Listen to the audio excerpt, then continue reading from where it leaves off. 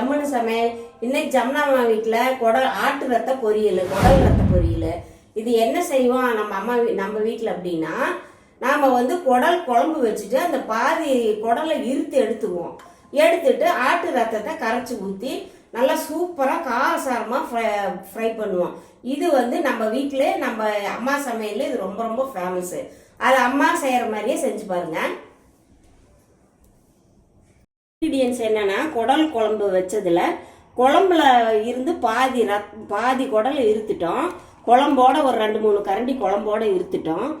இப்போ வந்து சின்ன வெங்காயம் நல்லா ஒரு 1/4 கிலோ வெங்காயம் நல்லா கட் பண்ணி வச்சுக்கணும்.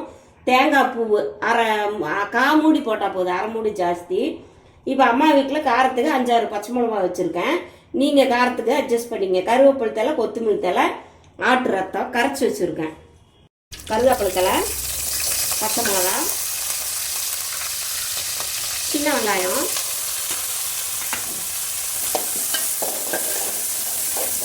நல்லா ஃப்ரை பண்ணணும். இப்போ ஒரு 1/4 ஸ்பூன் உப்பு, அந்த வெங்காயத்துக்கு மட்டும்தான் உப்பு போடுறேன். ஏன்னா ஆட்டு ரத்தத்தில் உப்பு போட்டு தான் குடிப்பாங்க. அதனால் வந்து உப்பு போட்டு தான் வச்சுருப்பாங்க. அதனால் உப்பு வந்து பார்த்துட்டு போடணும். குழம்புலேயும் உப்பு இருக்குது, ஆட்டு ரத்தத்துலேயும் உப்பு தான் இருக்கும். இதில் லைட்டாக போட்டிருக்கேன். நல்லா காரத்துக்கு பச்சை மிளகா காரசாரமாக நல்லாயிருக்கும். மைல்டாக சாப்பிட்றவங்க மிளகாயை கம்மி பண்ணிக்கோங்க. நல்லா காரம் சாப்பிட்றவங்க 6 மிளகா போட்டுக்கோங்க.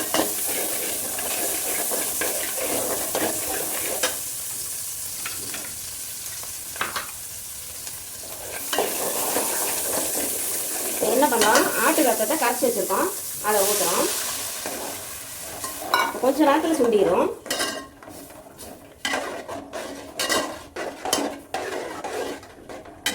ரத்த பொரியல் சுண்டிடுச்சு. இப்போ குடலை ஊற்றிக்கிறோம். ஊற்றிட்டு நல்லா சுண்டாக வறுத்துடணும். தேங்காய் பூ போட்டு இறக்கி நல்லா சுண்டி விட்டுறணும். இப்போ குடல் ரத்த பொரியல் ரெடி. வணக்கம் ஆவி பறக்க இருக்கு.